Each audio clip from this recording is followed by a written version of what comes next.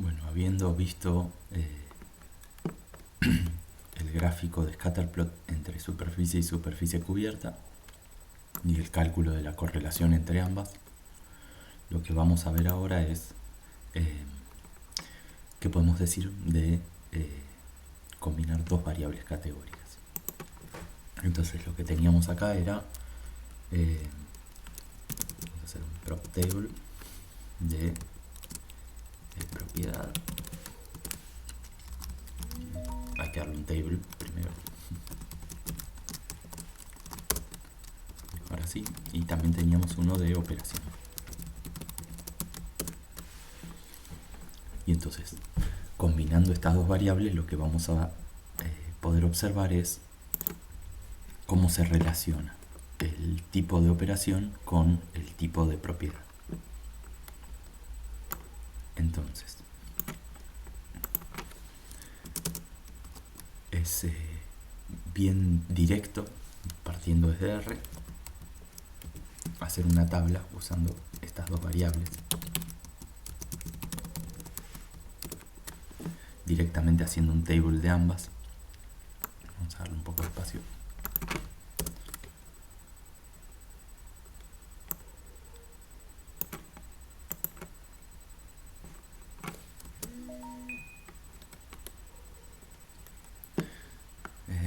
Entonces ahora en esta tabla lo que vemos es la cantidad de propiedades en cada subconjunto, ¿no? Casa, propiedad. Para cada valor de casa, propiedad tenemos cuántas propiedades hay. De nuevo, a mí personalmente ver los números así crudos me cuesta bastante. Me suele servir mucho más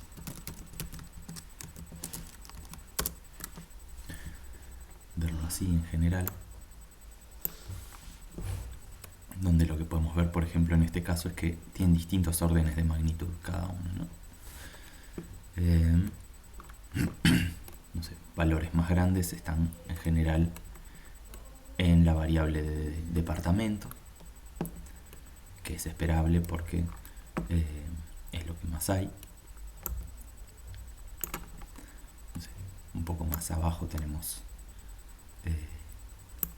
casas en venta, ¿sí? En general pareciera ser en venta bastante más común que el resto, que es lo que habíamos visto.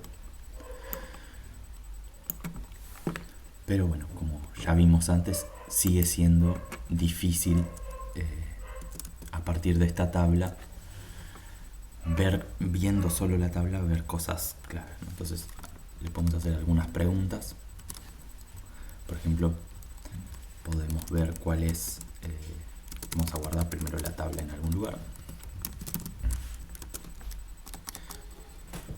Entonces ahora podemos ver dónde está con la función which el argumento máximo de la tabla. Y entonces fíjense, pido cuál elemento de la tabla es igual al máximo. Si hago esto así nomás, nos da un índice que nos cuesta entender,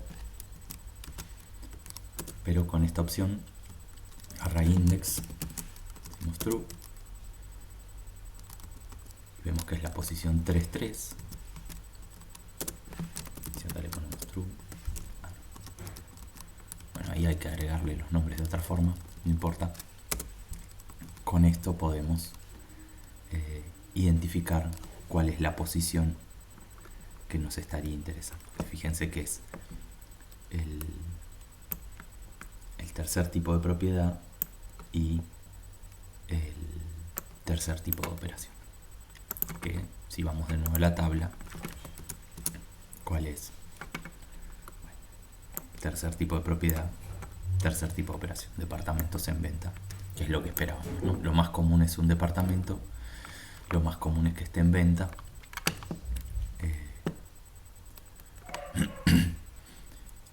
Lo más esperable es que el departamento en venta sea lo más común.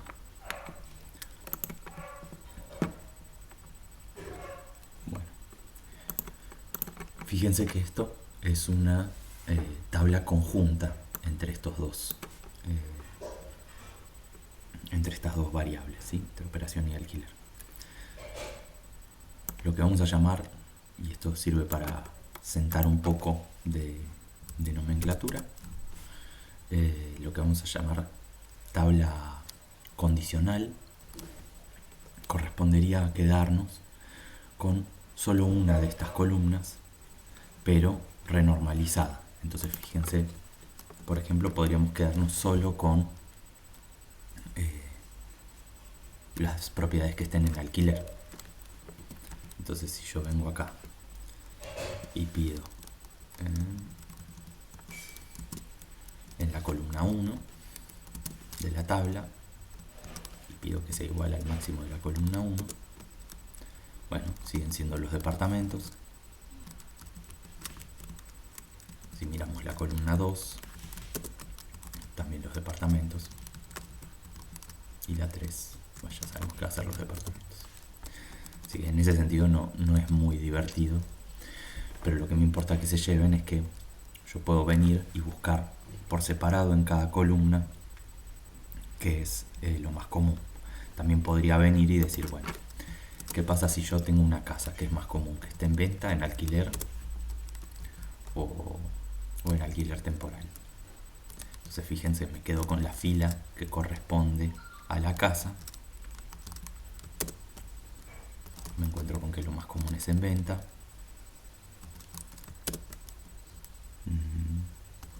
Veamos qué pasa con las cocheras. También, claramente lo que más tenemos en este dataset son propiedades en venta. Así que en general lo que va a ser más común va a ser que cada propiedad esté en venta. Pero recuerden esa idea de que se puede buscar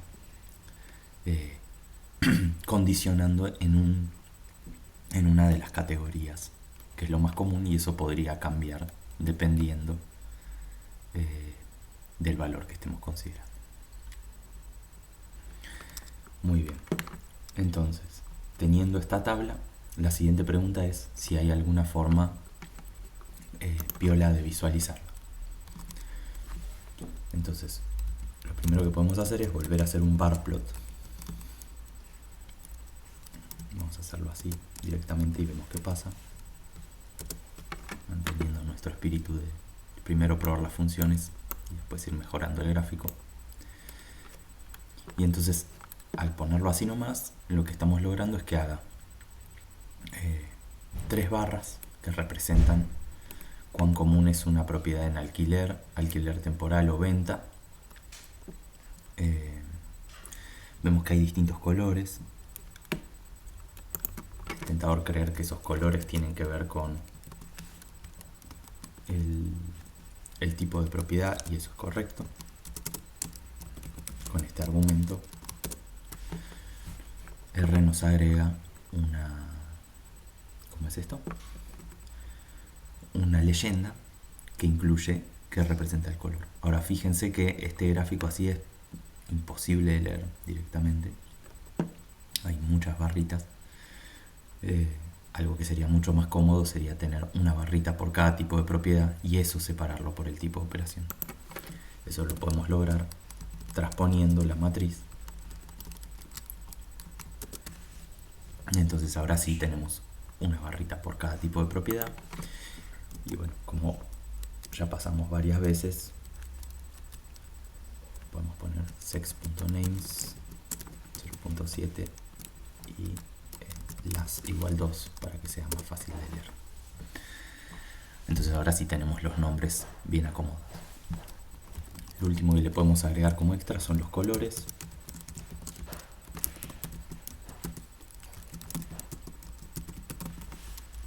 Ahí lo pongo en escala de grises igualmente. Y entonces tenemos que en gris está en venta, en negro alquiler temporal y en blanco alquiler. Y entonces fíjense que se mantiene lo que habíamos visto, el grueso de las propiedades está en venta, eso lo podemos ver fácilmente en este gráfico. Prácticamente no hay lotes en alquiler. Locales comerciales es bastante parecida a la proporción.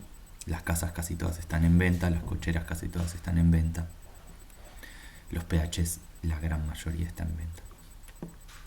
y alquileres temporales, prácticamente lo único que tenemos es en departamentos. En el resto de las propiedades es algo que no pasaría.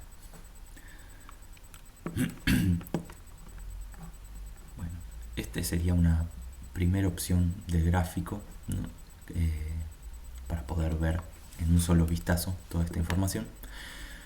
Lo que tiene es que puede ser medio difícil comparar, no sé, qué pasa con el tamaño de departamento con, no sé, en alquiler temporal comparado a alguno de los otros, o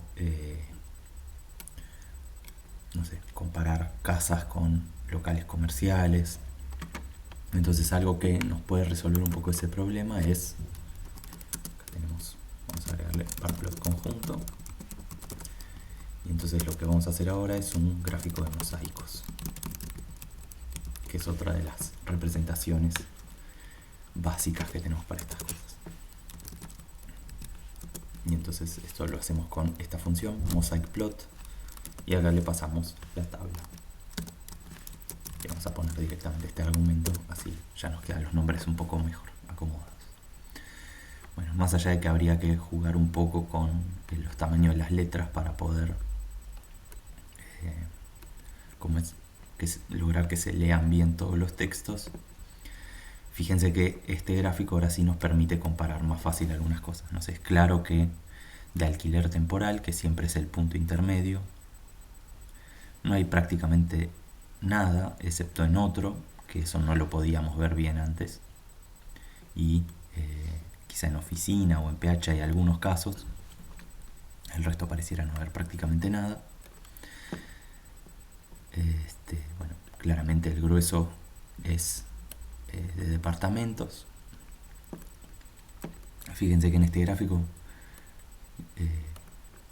lo que tenemos es que el ancho de cada barrita representa cuán relevante es la categoría en el eje horizontal, y el alto representa cuán importante es en el eje vertical, y el área total nos habla de cuán relevante es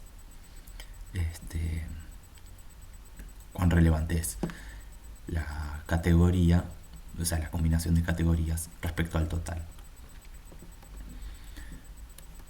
Entonces, bueno, eso que les decía, ¿no? Bueno, claramente todo es más común en venta, pero fíjense que en oficinas, alquiler y venta tiene un peso muy parecido. En el lote hay muy poquitos lotes en alquiler, que tiene sentido. En locales comerciales, que antes no era claro, ahora pareciera, viéndolo desde acá, que es más común el alquiler,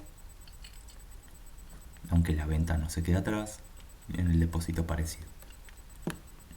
Entonces en este gráfico es mucho más fácil comparar categorías entre sí y sacar algunas conclusiones de cómo son las relaciones entre estas variables.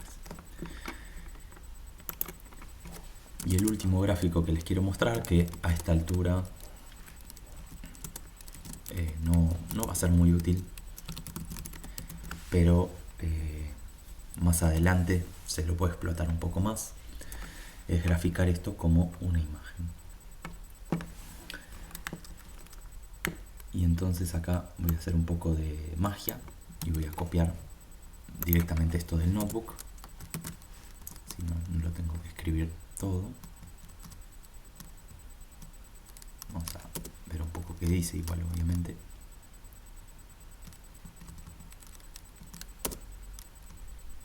De paso tengan presente eso, ¿no? Puedo ir al notebook y copiar cosas. Y entonces esta función image lo que va a hacer es armarme una imagen. Le estoy dando la tabla. Acá le doy una escala de colores.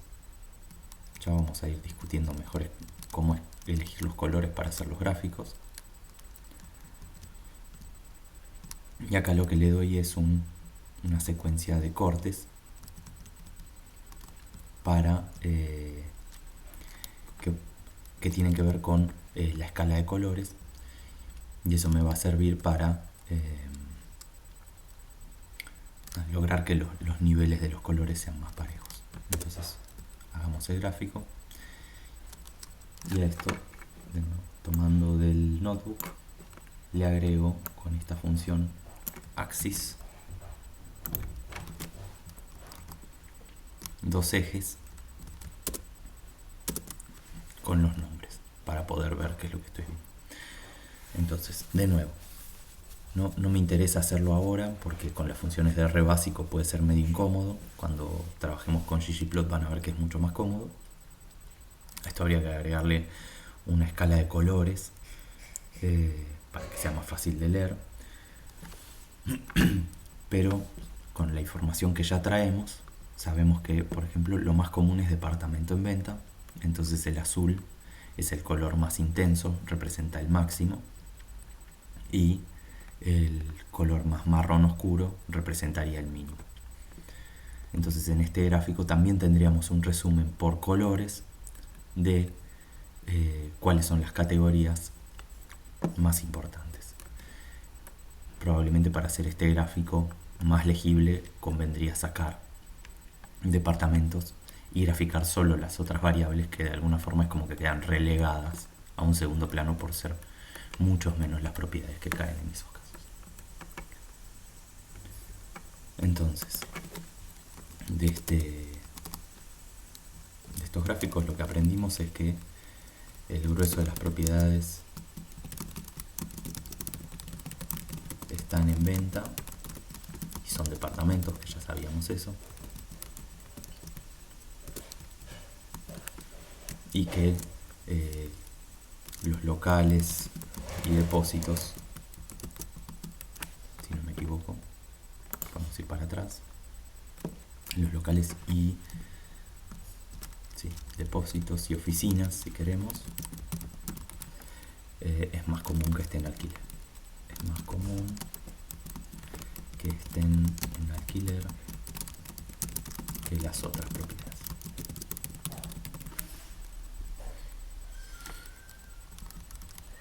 Bueno, en el próximo video vamos a ver el último tipo de gráfico que nos va a servir para involucrar una tercera variable continua con el resto de las variables que vimos hasta ahora.